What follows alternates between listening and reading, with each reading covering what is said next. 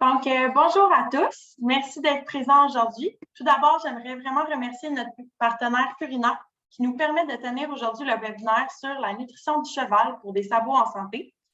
Cette conférence-là va être donnée par Mme Catherine Pard, passionnée des chevaux depuis son enfance.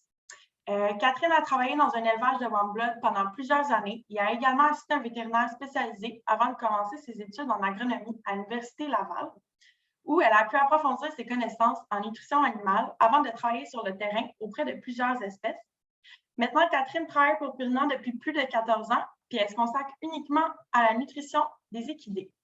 Donc, avant de commencer officiellement ce webinaire puis de laisser la parole à notre conférencière, j'aimerais juste vous expliquer un peu là, comment ça va fonctionner.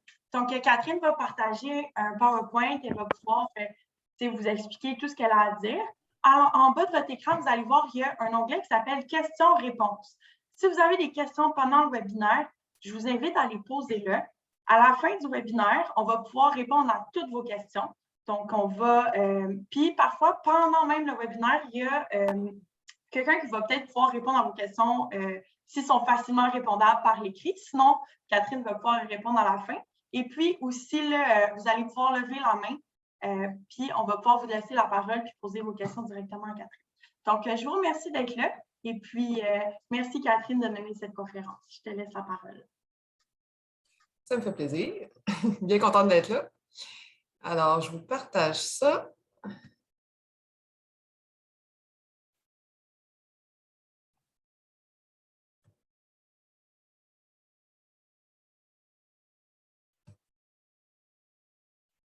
Et voilà. Alors, officiellement, bonjour tout le monde. Aujourd'hui, on va parler de nutrition et du sabot, en fait. Qu'est-ce qu'on peut faire au point de vue nutritionnel pour aider à avoir des sabots solides, avoir des pieds de qualité, parce qu'on sait, pas de pied, pas de cheval. Donc, c'est assez la base. Alors, les facteurs qui vont influencer la croissance et la qualité du sabot, premièrement, la génétique. Okay? C'est sûr que quand les deux parents ont des problèmes au niveau des sabots, ça se peut que le poulain aussi s'en suive des problèmes comme les parents. L'environnement. Si notre cheval est gardé au box ou s'il est gardé au pâturage, c'est sûr que ça va avoir une influence, entre autres sur la quantité de mouvement que le cheval va avoir, sur la surface sur laquelle les pieds vont être exposés. Donc, l'environnement va avoir une influence. Ensuite, le ferrage. C'est sûr que je ne suis pas contre le ferrage, okay, je tiens à le préciser, mais quand c'est possible, quand le pied est assez sain pour pouvoir le laisser nu, l'avantage, c'est qu'à chaque fois que le cheval dépose son pied au sol, le pied prend un peu d'expansion et ça apporte un afflux de sang qui va nourrir le sabot. Donc, c'est sûr que quand on est capable de les laisser nu-pied, c'est un avantage parce qu'effectivement, la corne elle va mieux se nourrir. Ensuite, la température. Donc, si notre cheval est gardé toujours dans l'humidité, c'est sûr que le sabot peut devenir plus mou. Si le sol est très dur, ça se peut que ça fasse craquer le sabot, surtout si le cheval n'est pas habitué. Il faut garder en tête que le pied, c'est de la corde. Imaginez-vous un peu comme vos mains. Si vous travaillez dans un bureau toute la semaine, puis qu'une journée, vous décidez d'aller rentrer 4 voyages de foin, pas de gants, ça se peut que vous ayez les mains assez maganées à la fin de la journée. Mais si à tous les jours, vous rentrez du foin, il va se faire de la corde sur vos mains. Puis là, vous allez être capable de travailler sans avoir de gants. C'est un peu le même principe pour les chevaux. S'ils sont toujours travaillés sur le même type de sol, les pieds vont s'adapter. Ils vont, dans le fond, se durcir au besoin ou devenir plus tendres, peu importe, dépendamment du type de sol sur lequel le cheval travaille, mais le pied va s'adapter. Ensuite, bien sûr, la nutrition, c'est un des facteurs qu'on va pousser un petit peu plus profondément. Et l'âge du cheval et la stimulation aussi sur le pied. Donc, la stimulation versus la nutrition. Alors, la stimulation, ce qui veut dire le fait que le cheval bouge, qu'il travaille, que le pied se dépose au sol en marchant, en bougeant, okay? Pas juste en restant sur place, c'est ce qui va faire que le pied va pousser. Okay? C'est vraiment la stimulation qui va travailler sur la pousse de la corde. Et malheureusement, c'est ce qui manque le plus chez la majorité des chevaux actuellement. Surtout l'hiver, les chevaux travaillent beaucoup moins. Même si on les met au champ, ils jouent moins que l'été parce que c'est glissant, tout ça, ils font plus attention. Donc, c'est normal que l'hiver, les pieds poussent un peu moins que l'été. Et c'est malheureusement ce qui manque le plus chez nos chevaux, c'est du mouvement. Okay? Donc, très important que les chevaux puissent bouger beaucoup. La nutrition, elle va avoir un effet plus sur la qualité de la corne que sur la pousse de la corne. Okay? Donc, ensemble, la nutrition et la stimulation vont faire qu'il va y avoir beaucoup de nouvelles cornes et qu'elle va être de qualité. Donc, c'est important que les deux soient utilisés, que les deux soient travaillés conjointement, en fait. Donc, les taux normaux de croissance des sabots chez les chevaux, chez les poulains, c'est là où ça va le plus vite. Ça peut pousser de 5/8 de pouce par mois. Donc, ça va assez rapidement. Et ensuite, ça se met à descendre tranquillement. Les yearlings, donc les poulains de 12 mois à 2 ans, ça va pousser à peu près d'un demi-pouce par mois. Et chez nos chevaux adultes, de 1/4 à 1/3 de pouce par mois. Donc, ce que ça veut dire, c'est que ça va prendre 9 à 12 mois avant que le pied, dans le fond, la partie qui est neuve, qui est saine, touche le sol. Okay? C'est pour ça qu'on dit que ça prend environ 1 an avant que les résultats nutritionnels touchent le sol. C'est le temps que la corde pousse. Parce que ce qui est déjà poussé, malheureusement, on ne peut pas le réparer en tant que tel. C'est comme quand on se casse un ongle, si le bout de l'ongle est cassé, ça ne se réparera pas. Par contre, on peut bien s'alimenter pour que le nouvel ongle qui pousse soit plus solide et qu'il ne casse pas. Donc, c'est à ça que ça ressemble un peu quand on change la nutrition d'un cheval pour l'améliorer au niveau du sabot. Ça m'est arrivé de me faire dire, depuis que j'ai changé de moulée, mon forgeron, exemple, a vu une ligne de fourbure dans le pied du cheval. En fait, ce n'est pas une ligne de fourbure, c'est une ligne de changement alimentaire.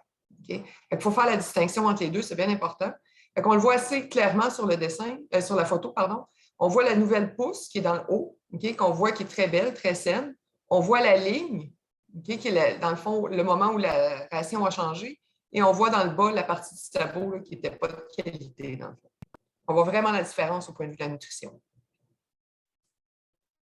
Donc, les facteurs nutritionnels. Ce que ça nous prend, c'est une ration balancée, équilibrée.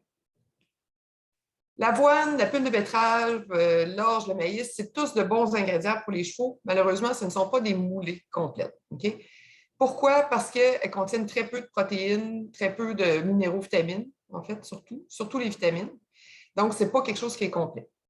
Donc, la nutrition, elle va être très bonne pour prévenir les problèmes. Mais comme je vous disais, une fois que la corne est poussée, si elle n'est pas de qualité, ça ne guérira pas la corne. Ça va aider la nouvelle pousse, mais ça ne guérira pas ce qui existe déjà. Donc, si on sous-nourrit notre cheval, il peut avoir assez de protéines, il peut avoir assez de calories, mais s'il manque, exemple, de minéraux et vitamines, ce qui va arriver, c'est que dans le temps, okay, plus le temps va avancer, plus ça va faire longtemps que le cheval est carencé, plus ses réserves vont diminuer. Donc, ce qui va prendre la claque en premier, si on veut, c'est la performance l'immunité. Okay? C'est ce qui va lâcher en premier. Puis ça, c'est difficile à mesurer. Okay? Le cheval a été un peu moins bien cette semaine. Est-ce que c'est parce qu'il est carencé? Est-ce que c'est parce qu'il avait mal à quelque part? C'est plus difficile à quantifier. Puis le système immunitaire, la même chose. Le cheval a eu la grippe. Est-ce que c'est parce que le système immunitaire est moins bon ou c'est juste parce que le virus était vraiment virulent? C'est difficile à dire. Donc, c'est un petit peu plus difficile à monitorer, mais définitivement, il y a un effet quand le cheval tombe carencé en minéraux et vitamines, entre autres. Ensuite, c'est la croissance, la fertilité qui vont diminuer. Okay? On va avoir des moins belles performances de ce côté-là. Et ensuite, ce qui risque d'arriver, c'est des maladies carrément qui vont être liées à une carence qui va être intense, si on veut, donc, qui va durer dans le temps. Donc, les besoins nutritionnels en zinc, ça va varier entre 425 et 625 mg de zinc par jour. La biotine, en prévention, dans le fond, une dose quotidienne, il devrait prendre entre 1 et 1,5 mg par jour. Quand on a un problème qu'on veut traiter, là, on va monter de 15 à 30 mg par jour. Donc, on va vraiment beaucoup augmenter la dose pour venir faire un traitement. À propos du zinc, d'ailleurs, toujours travailler avec la méthionine de zinc. Parce qu'il y a deux formes sous lesquelles on peut servir le zinc, soit l'oxyde de zinc ou la méthionine de zinc. L'oxyde de zinc, malheureusement, je n'ai jamais vu d'études qui prouvent que ça va aider au niveau de la solidité du sabot. Par contre, la méthionine de zinc, on va le voir tantôt pourquoi la méthionine, beaucoup plus intéressant au niveau de la solidité des sabots. Donc, c'est ce qu'on cherche, un produit qui contient de la biotine et de la méthionine de zinc. Un bon ratio zinc-cuivre, c'est important aussi, parce que si on vient qu'à donner trop de zinc, on va débalancer l'assimilation du cuivre, parce qu'il y a des interactions entre les minéraux et vitamines. Donc, si on sert trop de cuivre, on va tomber carencé. Si on sert trop de zinc, pardon, on va être carencé en cuivre. Puis un cheval qui est carencé en cuivre va avoir, entre autres, une dépigmentation de la peau, des choses comme ça. Donc, on ne veut pas non plus tomber dans les extrêmes. C'est très important de toujours maintenir les bons ratios. Et le calcium va être important aussi, 35 à 70 grammes par jour. Ensuite, le gras. Les oméga-3 semblent aider au niveau de la solidité et de la souplesse du sabot. Ça manque encore un peu d'études là-dessus, mais ça semble assez prometteur. Donc, les oméga-3 pourraient être intéressants pour les chevaux avec des problèmes de sabot. Et la protéine, c'est souvent ce qu'on oublie. Parce que les gens vont rajouter biotine, méthionine de zinc, mais si le cheval est carencé en protéines, on n'aura pas non plus de miracle. Donc, c'est quelque chose qui est très, très important. On va le voir un petit peu plus en détail, mais on a besoin d'acides aminés soufrés. Pourquoi des acides aminés soufrés? Parce que les liaisons avec le soufre, ça nous fait des liaisons qui sont très, très solides, mais qui ont une souplesse, comme ce qu'on veut dans notre sabot. On veut que notre sabot soit solide, donc qu'il ne casse pas quand il touche le sol et qu'il prenne de l'expansion, qu'il y ait une certaine souplesse. C'est pour ça que les acides aminés soufrés sont si importants. La protéine brute. Okay? Ça, c'est ce qu'on voit dans le fond sur les étiquettes. Ce que ça veut dire, en fait, pas grand-chose. Okay? Ce que ça nous dit, c'est la quantité d'azote totale dans la moulée. Et c'est de ça, à partir de ça qu'ils se basent pour calculer les niveaux de protéines brutes dans les moulées, en fait. C'est pas de notre faute. Okay? C'est pas nous autres qui décident ça. Tant qu'à moi, c'est une méthode qui est complètement archaïque. Ça ne nous donne aucune idée de la qualité de la protéine non plus. Mais on n'a pas le choix. C'est comme ça que les réglementations sont faites pour les étiquettes. Donc, on doit suivre cette réglementation-là. Donc, ce que ça veut dire, c'est que la plupart des protéines vont contenir autour de 16 d'azote. Donc, ce qu'ils vont faire, c'est qu'ils vont prendre la quantité totale d'azote dans le produit et ils vont le diviser par 0,16. Donc, un élément qui contiendrait 1,6 d'azote, ça nous donnerait une moulée à 10 de protéines. Mais l'azote, c'est très, très vague. Okay? L'azote, ça peut être carrément de l'azote, comme on utilise pour fertiliser les champs. Ça peut être de l'urée. J'ai même déjà vu des plumes dans une moulée pour chevaux. C'est légal d'utiliser des sous-produits animaux dans des moulées pour chevaux, mais ça ne doit pas être dans la même espèce. Okay? Ce n'est pas une façon éthique qu'à moi de nourrir des chevaux. Le cheval reste un végétarien, okay? Mais c'est légal de le faire. Par contre, ça n'apporte pas du tout une qualité de protéines. Okay? Ajouter de la plume dans une moulée, ce n'est pas ça qui va vous rendre des sabots solides et qui va aider la masse musculaire. Okay? Ce n'est vraiment pas une protéine de qualité.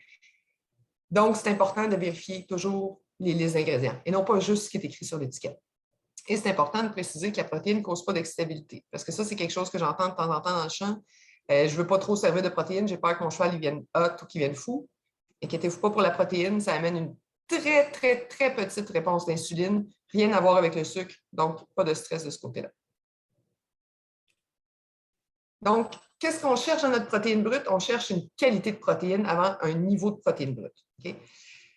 Notre protéine, en fait, c'est une chaîne d'acides aminés. Donc, il faut avoir tous ces acides-là aminés pour réussir à créer la chaîne de protéines.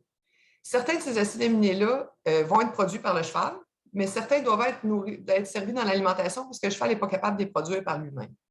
C'est ce qu'on appelle les acides aminés limitants. L'image qu'on utilise souvent en nutrition, c'est le baril, comme on peut voir ici sur l'image. Dans le fond, l'idée, c'est que le baril, c'est la protéine brute et chacune des planches est un acide aminé. Donc, si on a une planche qui est plus courte, si par exemple on manque de lysine, qui est un des acides aminés limitants principaux, si notre lysine est plus basse que le reste des autres acides aminés, notre baril ne sera jamais plus plein que la planche la plus courte. Ce qui veut dire qu'on aura beau servir énormément de protéines brutes, si on manque de lysine, tout ce qui va être supérieur au niveau de la lysine va être, pardonnez-moi le terme, mais flushé. Okay? Ça va tout simplement passer tout droit, ça ne sera pas utilisé, ça va finir en ammoniac et ça va sortir en urine. Okay? Donc, ce qu'on veut, c'est vraiment une qualité de protéines beaucoup plus qu'une quantité. Donc, il y en a 22 acides aminés au total, mais il y en a 10 qui sont limitants chez le cheval. Les principaux, ceux qui sont les plus limitants, c'est la lysine, la thréonine et la méthionine. Donc, la méthionine, c'est celle qui nous intéresse le plus présentement parce que c'est elle qui va aider, entre autres, à la pousse des sabots et du poil. Parce qu'on disait tantôt, c'est un acide aminé soufré. La lysine, très important aussi, particulièrement pour la croissance, le développement de la masse musculaire, thréonine pour réparation aussi après le travail. Donc, ça, c'est des ingrédients qui peuvent être ajoutés dans une moulée. Donc, c'est là que c'est intéressant de regarder la liste des ingrédients parce que là, on va pouvoir voir s'il y a des acides aminés d'ajouter ou si c'est juste, exemple, du tourteau de soya qui va apporter que de la lysine ou à peu près. Okay? Fait que les différents ingrédients peuvent aussi aider à balancer ça. Mais s'il y en a en plus d'ajouter, on est garanti qu'il y a un minimum là, dans le fond, qui va être présent dans la moulée puis qu'on sait que c'est stable. À quoi ça sert les acides aminés? À plein de choses. Okay? Régulation de l'appétit, du sommeil, de la pression sanguine, formation des muscles, des tissus mous, les tendons, ces choses-là, pour réparer. Et dans le cas qui nous intéresse, pour la solidité des sabots. Où est-ce qu'on les trouve, les acides aminés? Partout où est-ce qu'il y a de la protéine, en fait, dans le foin, dans le pâturage. Le tourteau de soya, comme je disais, va apporter beaucoup de lysine. Le gluten de maïs va apporter plutôt de la méthionine. Il y en a très peu dans les grains, par contre. Okay? Donc, il ne faut pas se fier parce qu'on sert, exemple, de l'avoine. L'avoine va contenir, oui, du sucre, des calories, mais va contenir très peu de protéines. Donc, ce n'est pas une source viable si on veut de protéines. Donc, faire attention à ça. Dans les moulées commerciales, comme je vous disais, si on regarde la liste d'ingrédients, on va le voir si les compagnies en ajoutent. Donc, il ne faut pas se gêner pour les demander quand ils ne sont pas disponibles.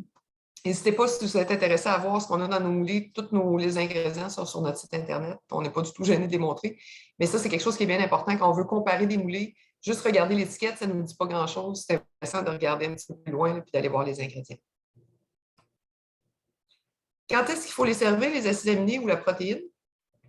Avant l'exercice, ce n'est pas une bonne option parce qu'il n'y aura pas d'absorption de protéines pendant le travail. Donc, ce n'est pas là que ça va être intéressant de servir. Par contre, 45 minutes après l'exercice, dans les 30 à 45 minutes, en fait, c'est là que le cheval absorbe le mieux la protéine. C'est vraiment là que c'est efficace de le servir. Donc, aussitôt que le cheval a repris son souffle, qu'il a repris son rythme cardiaque, parce qu'on ne veut pas non plus qu'il se garoche dans le moulé quand il est bien essoufflé et tout ça, ce n'est pas le but, mais aussitôt qu'il a repris son rythme cardiaque et son rythme respiratoire, on peut lui servir tout de suite, si c'est un supplément protéine ou de la moulée ou des choses comme ça, qui vont y apporter un apport intéressant là, en protéines pour venir, entre autres, faire la masse musculaire. Mais c'est surtout à ce moment-là que l'absorption va être la meilleure. Donc, ça vaut la peine, si on est capable, de servir la protéine après l'exercice. Comment ils sont utilisés ou comment ils sont répartis dans le corps, les acides aminés? Bien, dans le poil, on a 95 de protéines, dans les sabots, dans les tendons. Okay? Toutes des choses assez importantes. En passant, souvent, quand les chevaux ont des sabots qui craquent ou des sabots de moins bonne qualité, si en plus le poil est terne, ben, ça nous donne un bon indicateur que le cheval est en manque de protéines. C'est souvent quelque chose, comme je vous disais, qui est oublié. Les gens vont penser à rajouter de la biotine, de la méthionine, de zinc, mais ils ne penseront pas à adapter la protéine. Puis je l'ai vu là, dans quelques cas, souvent c'est des chevaux dont le foin est très faible en protéines, exemple. Les gens, ils nourrissent quand même, ils donnent tous les minéraux, vitamines, le cheval, une belle cote de chair, tout ça, mais le poil n'est pas beau, les sabots craquent, même s'ils rajoutent du BMZ ou même s'ils rajoutent peu importe quelle source de biotine et de méthionine, de zinc, le cheval n'a toujours pas des bons sabots. C'est souvent un manque de protéines. Puis on regarde ces chevaux-là, généralement, le poil n'est pas beau non plus, puis il manque un peu aussi de masse musculaire, généralement. Donc, une ration balancée, c'est quoi? C'est pas juste du foin. Okay? Ici, on voit, dans le fond, ce qu'on voit sur le graphique, la ligne horizontale 100%, c'est 100% des besoins du cheval. Donc, idéalement, ce qu'on voudrait, c'est que chacune des colonnes touche à la ligne de 100%.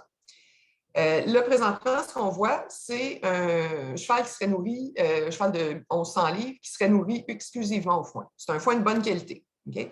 Donc, on réussit, si on regarde les colonnes, à combler les besoins en protéines, les besoins en fibres, on comble pratiquement les besoins en calories, on comble les besoins en calcium. On manque un peu de phosphore, on manque de sodium. Le cuivre est correct, on n'a pas de sélénium, bien sûr, parce qu'il n'y en a pas dans le sol au Québec. En fait, dans toute l'Est de l'Amérique du Nord, il n'y a pas de sélénium dans le sol. Donc, il ne peut pas en avoir dans le foin. On manque un peu de zinc, on a assez de manganèse, mais on n'a pas de vitamines. Parce que dans le foin sec, les vitamines se dégradent très rapidement. Donc, après quelques mois d'entreposage, on considère qu'il n'y a plus aucune vitamine.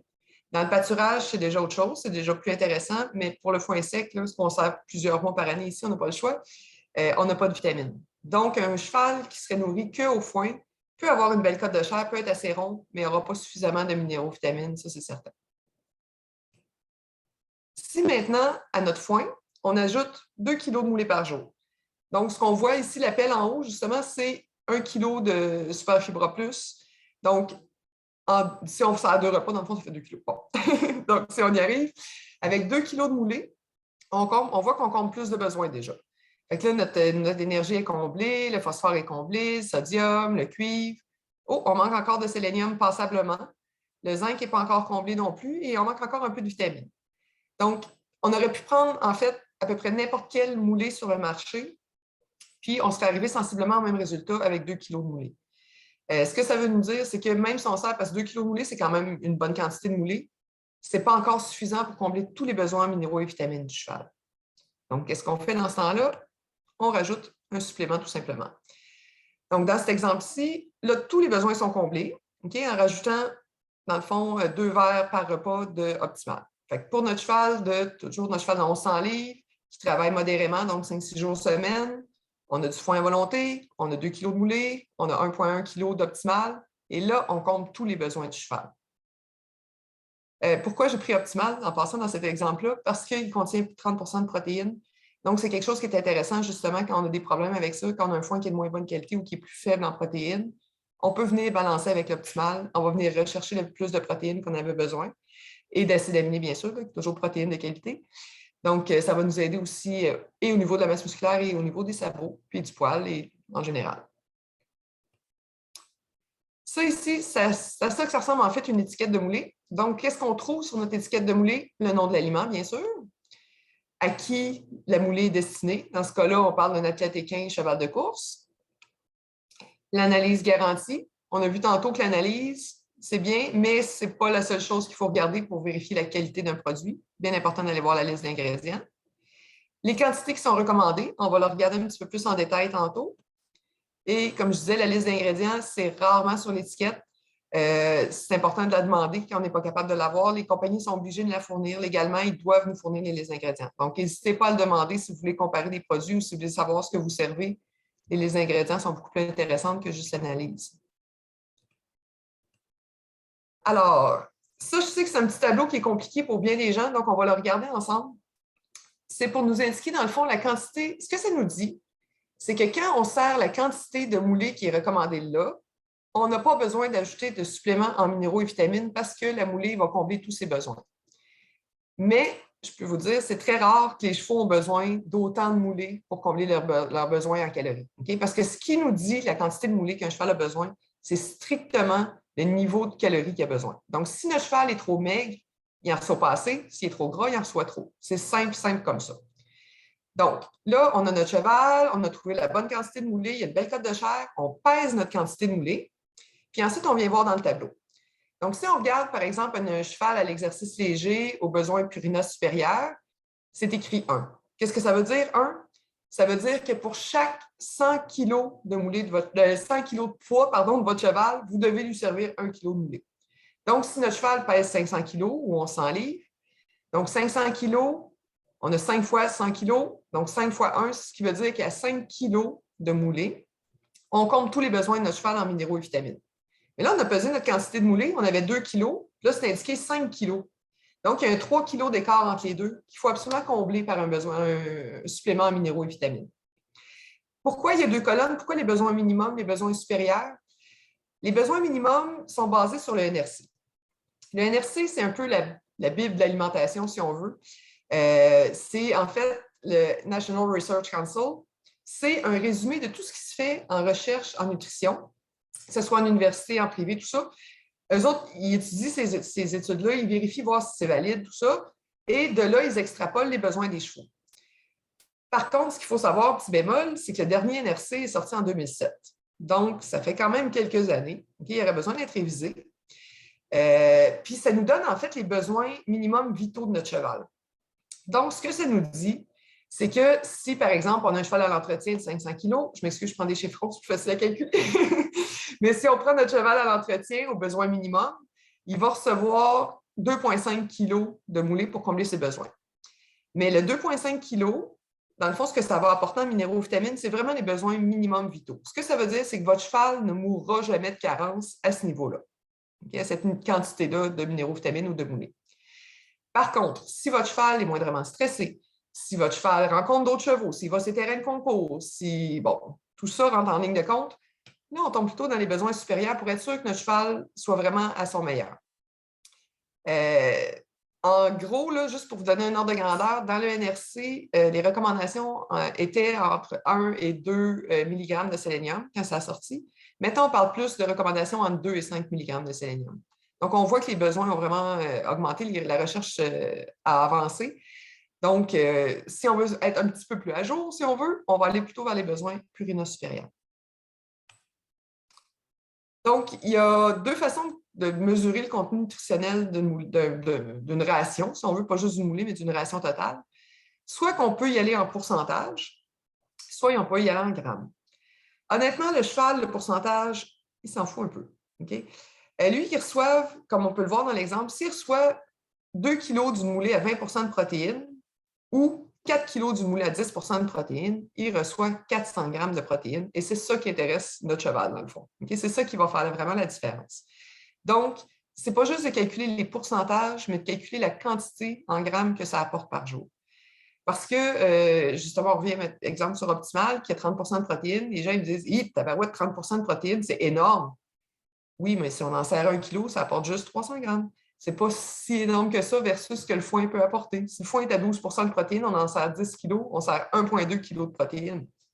Donc, c'est important de calculer en grammes, pas juste en pourcentage. Dans des rares cas, okay, honnêtement, moi, j'en ai jamais même entendu parler en presque 15 ans sur la route dans les chevaux. Puis, je n'oserais pas dire combien d'années dans les chevaux au total, ça va trahir mon âge. Mais je n'ai jamais vu de toxicité en sélénium. Par contre, c'est possible. Okay? Si vraiment quelqu'un exagérait. Les symptômes, ça peut faire justement une ligne comme ça dans le sabot. Okay? Le cheval va perdre du poil, va perdre du crin. Mais je vous dis, il faut que ce soit une très, très, très forte dose de sélénium pendant une longue période pour arriver à ça dans notre région ici. Si on était dans le sud-ouest des États-Unis, ce serait une autre affaire, là, mais ici, je peux vous dire, on a de la marge. Mais l'important à retenir de ce message-là, c'est que l'excès, comme la carence, n'est jamais intéressant. Okay? On n'arrive pas à des bons résultats si on en sert trop pour rien. Ça peut causer des problèmes à notre cheval. On le voit pour le sélénium, ce que ça fait, mais entre autres, la vitamine D, si on sert trop de vitamine D, ça amène une calcification des tissus. Donc, entre autres, les tendons qui pourraient être calcifiés. Okay? Je suis sûre qu'il n'y a pas personne qui a le goût de voir ça. Donc, les excès ne sont jamais mieux que les carences. Comment on fait pour savoir si notre ration est bien balancée? Vous pouvez nous demander de l'aide. Okay? Je suis là pour ça. On est une équipe, donc on peut vous donner un coup de main. Quand c'est des petits cas faciles ou qu'il n'y a pas beaucoup de chevaux, on peut faire ça par téléphone, on peut faire ça par FaceTime, par texto. Il y a plein de façons de nous rejoindre. Si on a besoin, on se déplace, on va voir les chevaux, on les pèse, on vérifie les codes de chair. C'est le gros de mon travail. La grande majorité de mon travail, c'est ça, c'est que je me promène d'une écurie à l'autre. Je vais peser les chevaux, vérifier les codes de chair, vérifier la masse musculaire, regarder ce qu'ils mangent, regarder l'hydratation, le foin. Puis à partir de là, on bâtit la meilleure ration possible, dans le fond, pour le cheval, pour sa santé. Donc, on est là pour vous donner un coup de main. Vous pouvez aussi passer par Purina Connect, qui est un service en ligne. En passant par notre site Internet, vous y avez accès, dans le fond, sur les heures ouvrables. Entre 9h et 6h, tous les jours ouvrables, il y a quelqu'un en ligne pour répondre à vos questions. Et je vous rassure, ce n'est pas une secrétaire en Inde qui va vous répondre, puis qui va vous transférer, puis non. Vous allez parler directement, soit avec moi ou avec mes collègues, et on est vraiment là pour vous répondre. Donc, ça peut être une question aussi vaste que je viens d'acheter un cheval, qu'est-ce qu'il faut que ça mange un cheval? Puis, ça peut être très, très précis, comme combien il y a de pourcentage de lysine dans tel moulée. Okay? Fait qu'on peut répondre à toutes ces questions-là. On est tous des gens qui connaissent les chevaux, qui connaissent bien les produits. On n'est pas gênés on est très transparent, dans le fond, là, dans nos réponses, tout ça. Donc, n'hésitez pas à nous consulter si vous avez besoin. Il y a aussi, sur notre site Internet, l'outil de ration Purina. Okay? Qui peut vous aider à vous-même vérifier rapidement est-ce que mon cheval reçoit suffisamment ou combien il devrait recevoir de suppléments. Je vais vous le montrer rapidement. Ça, c'est la version sur notre site. Donc, premier choix, première étape, on choisit la moulée qu'on sert à notre cheval. Dans ce cas-là, je suis allée, comme pour l'exemple, avec l'évolution élite. Le type d'activité que notre cheval fait. Est-ce qu'il est au travail léger, modéré, intense? Est-ce que c'est une jument en gestation? Est-ce que c'est un poulet en croissance? On peut avoir tous ces choix-là. Ensuite, quel type de besoin on veut? Est-ce qu'on veut les besoins minimum NRC, comme je vous expliquais, minimum vital, le cheval ne mourra jamais de carence, ou on veut les besoins supérieurs pour aller chercher le petit plus de performance de système immunitaire, de solidité des sabots, tout ça. Ensuite, on rentre le poids de notre cheval en kilos, très important. Si vous le rentrez en livre, vous allez voir que vous allez avoir des recommandations vraiment hautes. Et ça va nous donner, juste en dessous du point 4, la quantité de moulée qui est recommandée par jour. Comme je vous disais, ça ne veut pas dire que votre cheval a besoin d'autant de moulées. Ça veut juste dire que si vous servez 5,65 kg dans cet exemple-là, vous n'avez pas besoin d'ajouter de minéraux et vitamines. Ensuite, vous entrez au point 5 la quantité de moulé que vous servez présentement. Donc, vous avez pesé votre quantité de moulé, ça fait 2 kg, vous pouvez le rentrer là. Et ensuite, vous choisissez le supplément que vous voulez, soit Equalizer ou Optimal. Et à la dernière ligne, ça vous donne la quantité recommandée pour votre cheval par jour. Dans ce cas-là, 811 grammes. Donc, c'est un petit outil qui est très pratique, qui est très facile. Comme je vous disais, ça, c'est la version ordinateur, mais on est capable aussi de l'avoir sur le téléphone. Donc, n'hésitez pas. Vous avez en bas à droite écrit clavardage. Ça, c'est justement Purina Connect. Donc, si vous voulez chatter avec nous, vous avez qu'à cliquer là-dessus. Comme je disais, ce n'est pas un chatbot là, qui va vous répondre. C'est vraiment nous. Donc, n'hésitez pas. Puis, vous avez aussi les coordonnées de Purina Connect. Donc, n'hésitez pas à venir consulter sur notre site, là. Il y a un paquet d'outils pour vous aider qui sont bien intéressants. Donc, si vous avez des questions, n'hésitez pas à nous contacter. Vous avez toutes les coordonnées ici. Dans le fond, si vous passez par le site equipurina.ca, vous allez avoir accès à tout ça. Donc, n'hésitez pas à venir nous consulter, à venir voir nos listes d'ingrédients. On a un paquet d'articles nutritionnels aussi. On est vraiment là pour vous donner un coup de main. Donc, gênez-vous pas là, pour nous poser vos questions. Ça nous fait toujours plaisir. Merci beaucoup. Est-ce qu'il y a des questions maintenant? Je vais commencer avec une question que Gabrielle a posée par rapport à votre outil là, en ligne. C'est pour calculer. Elle se demande, il ne demande pas la quantité de foin dans le calcul? Non, on suppose foin à volonté. Si le cheval reçoit de la moulée, théoriquement, il devrait être au foin à volonté. Okay, c'est la première étape. Parce que la façon en tout cas, que je recommande les moulées et tout ça, c'est qu'on commence par du foin à volonté. Si ce n'est pas suffisant pour garder la cote de chair, là, on ajoute de la moulée. C'est pour qu'il n'y a pas, non, effectivement, de place pour rentrer le foin. Parfait. Fait que, je vais inviter les gens qui ont des questions à lever votre main, puis je vais pouvoir vous donner la parole. Fait que si jamais vous avez des questions, là, je vous inviterai vraiment à lever votre main.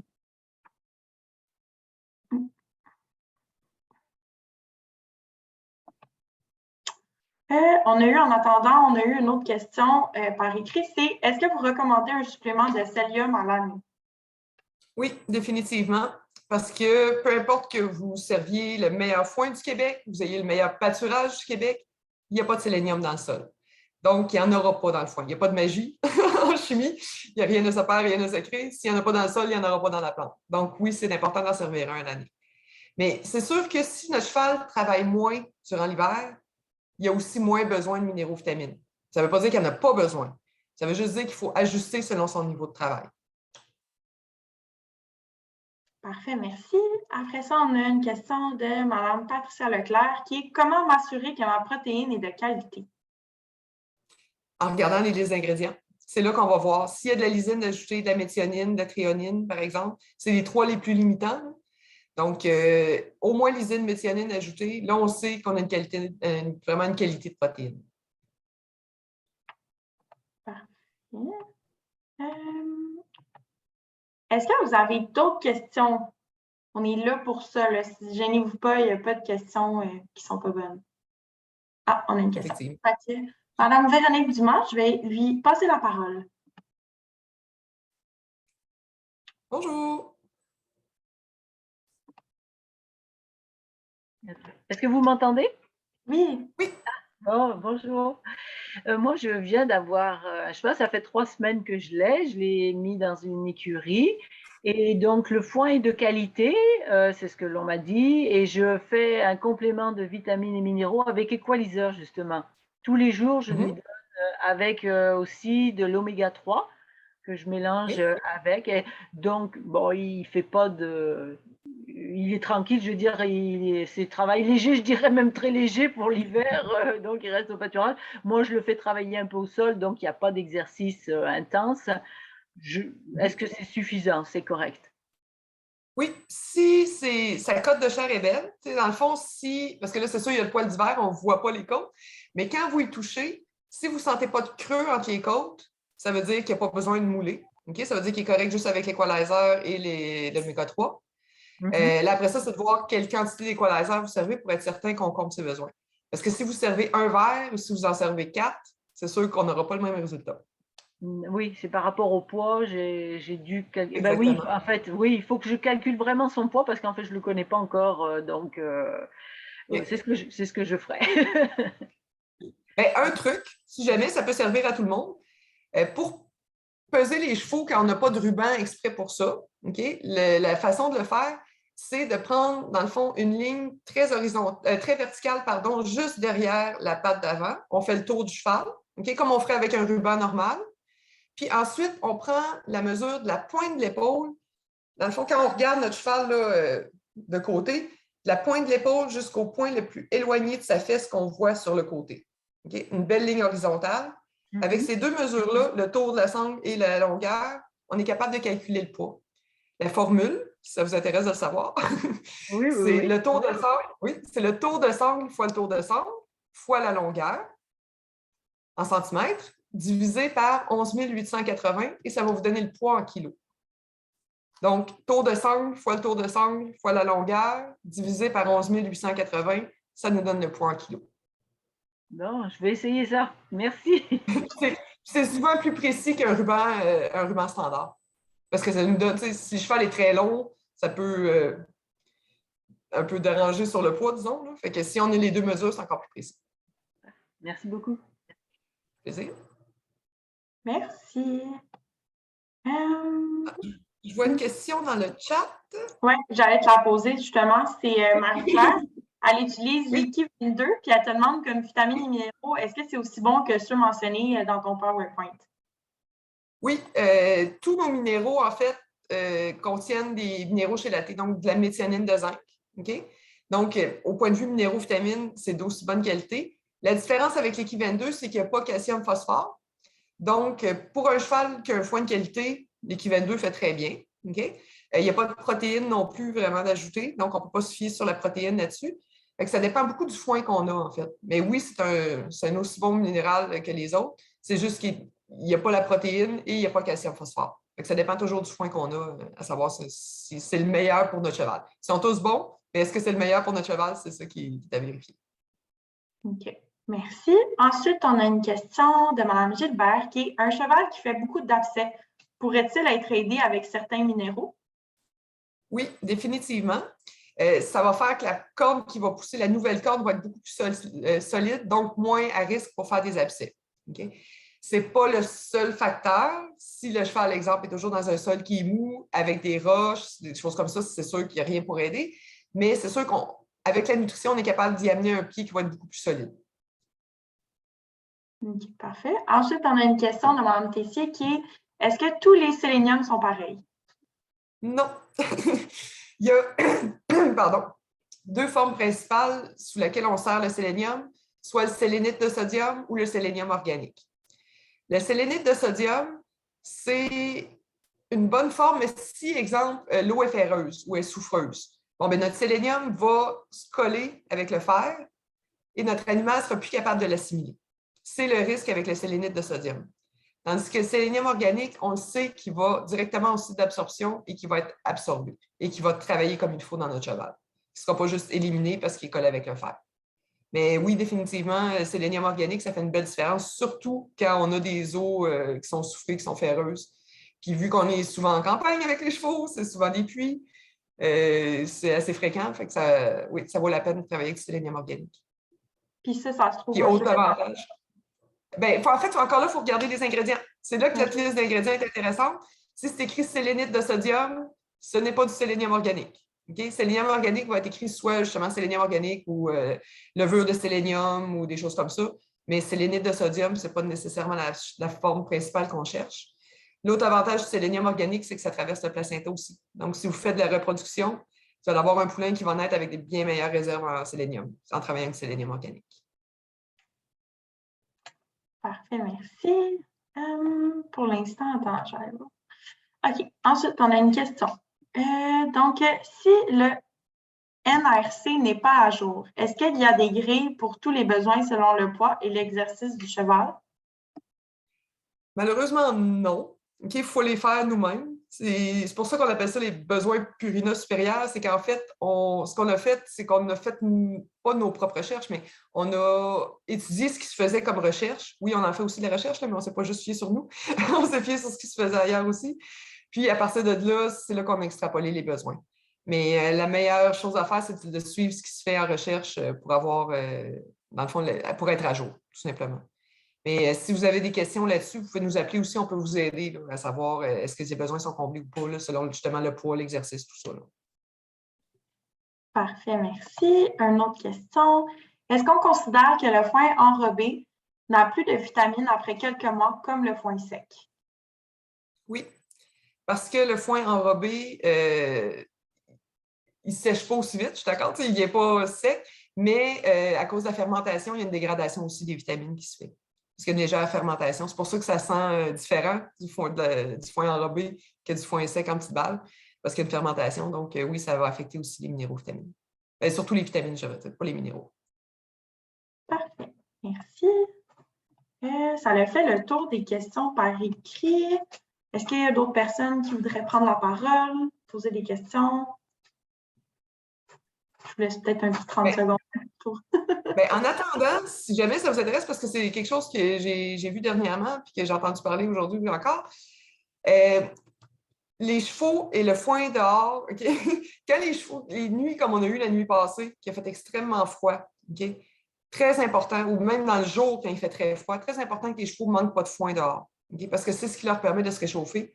Mais encore plus important qu'ils ne manquent pas d'eau, particulièrement s'ils ont du foin disponible, pour prévenir les coliques par impaction. Okay? Là, on est vraiment dans une saison qui est un peu touchée pour ça. On a des grosses variations de température. Quand la température baisse, les chevaux boivent beaucoup moins. Donc, juste faire attention dans les prochains jours. Là, on joue encore au yo-yo pas mal avec la température. Là. Donc, vous assurez que les chevaux ont toujours du foin et de l'eau de disponible, idéalement d'eau tiède.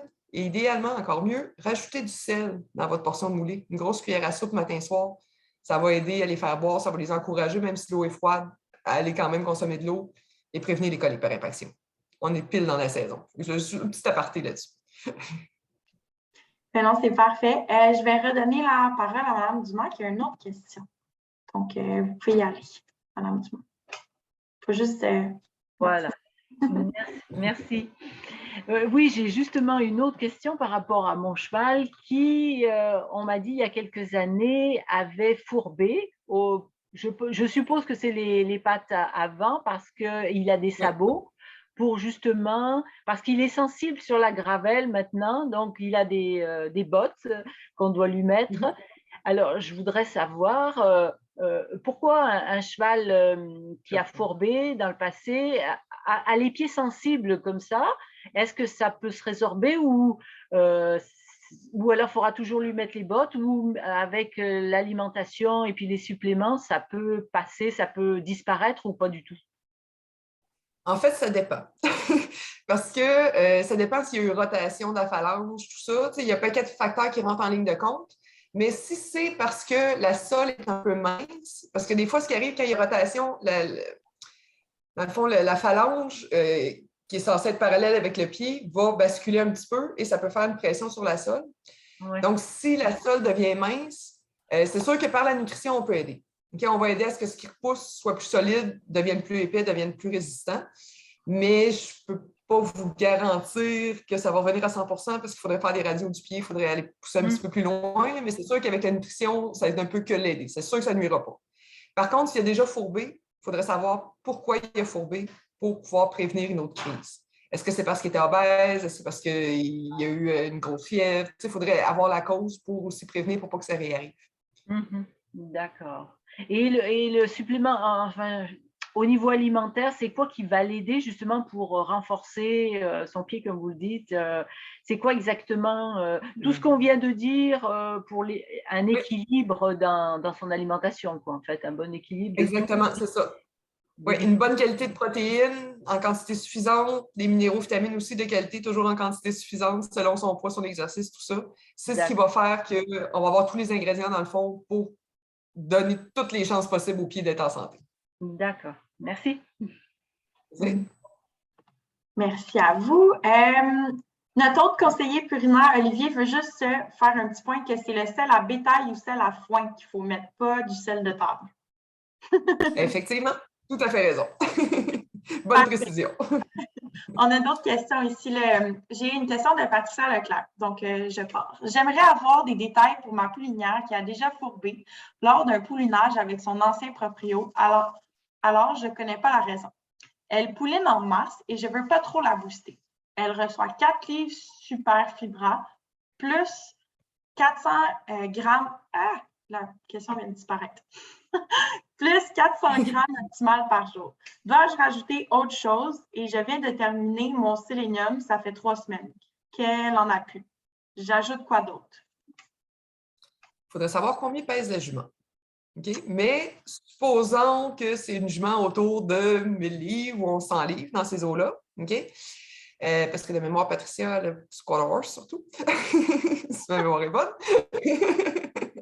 Donc, si autour de 1100 livres, il faudrait y aller on serait plutôt autour de 8 à 900 grammes d'optimal par jour pour vraiment combler ses besoins. Puis quand une jument fourbe au poulinage, ça peut être dû justement à une rétention placentaire ou des choses comme ça. Ce n'est pas nécessairement dû à sa nutrition ou à son obésité ou des choses comme ça. Fait que si, justement, si elle reçoit suffisamment de minéraux-vitamines, suffisamment de sélénium, elle devrait bien délivrer, elle devrait avoir un bon poulinage, donc elle ne devrait pas faire de crise de fourbure. Parce qu'une rétention placentaire, en fait, ce que ça fait, c'est que ça apporte une très forte fièvre et c'est ça qui va, entre autres, aider à la fourbure. Ce qu'on ne veut pas.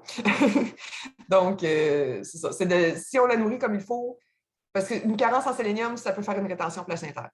Donc, si on la nourrit convenablement, en principe, ça devrait bien aller. Parfait. Ben, t'es bonne. Elle a dit qu'elle pesait 900 livres. Donc, t'étais quand même prêt. Ah bon. Donc, on va y aller plutôt autour de 800 grammes que 900 grammes d'optimal. Parfait. Donc, ensuite, est-ce qu'il y a quelque part des calculateurs pour les produits de divers produits, pas seulement ceux de Purina? En fait, je sais de mémoire, si vous prenez le cours de nutrition équine avec Dany Sainte-Mars à l'Université Laval, je pense qu'il y a un programme qui vient avec. Mais c'est très difficile à élaborer un programme comme ça pour calculer tout ça. Donc, nous autres, on peut le faire pour faire des comparatifs. Justement, si vous voulez vérifier votre moulée, ce que ça apporte versus ce que nous autres, on vous suggère, tout ça, il y a moyen de le faire.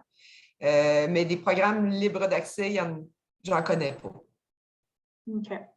Parfait. Après ça, je vais juste... on avait une question aussi dans la discussion. Est-ce qu'il y a de la protéine dans l'avoine ou c'est seulement dans la moulée? Si oui, quelle moulée? Il y a un mini peu de protéines dans l'avoine. Okay? Ce n'est pas une source considérable de protéines. Disons qu'on ne peut pas se fier là-dessus, pas du tout. Dans toutes les moulées, il y a des protéines. Si vous regardez sur l'étiquette, il y a toujours de la protéine. On n'a pas le choix avec les ingrédients. De toute façon, il finit toujours par en avoir. Puis généralement, les moulées vont être entre 10 et 14 de protéines.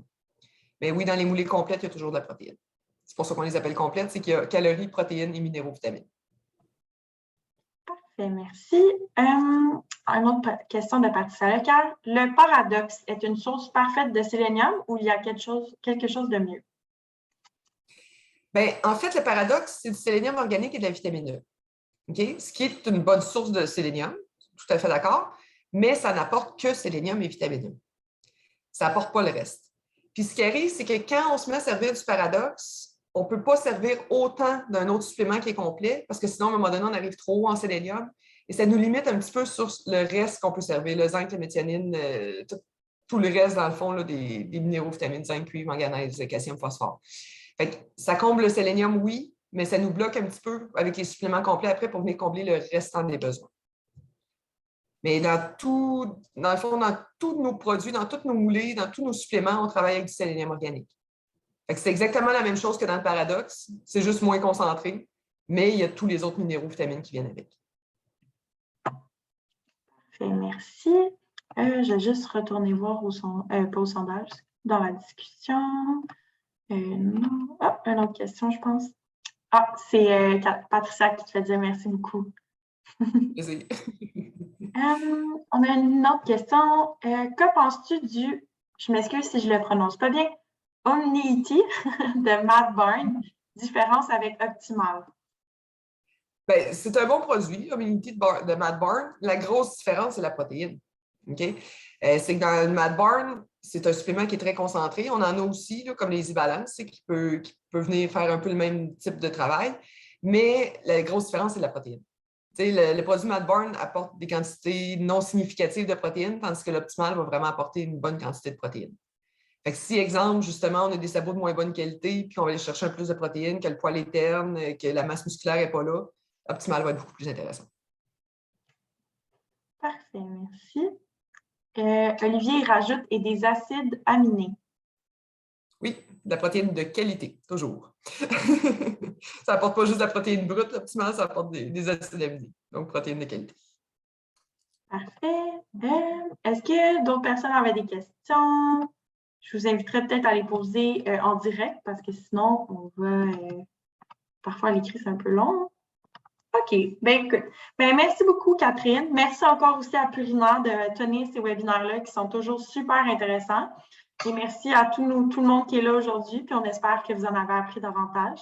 Normalement, ces webinaires-là se retrouvent sur nos réseaux sociaux ou sur Facebook, sur YouTube. Donc, vous pouvez toujours les réécouter.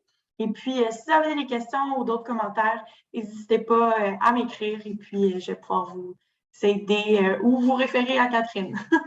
Fait que je vous remercie à tous puis je vous souhaite une très bonne fin de journée. Fait que, t'as plein de merci, là, Catherine, dans les commentaires. Puis c'est très intéressant. Ça me fait plaisir.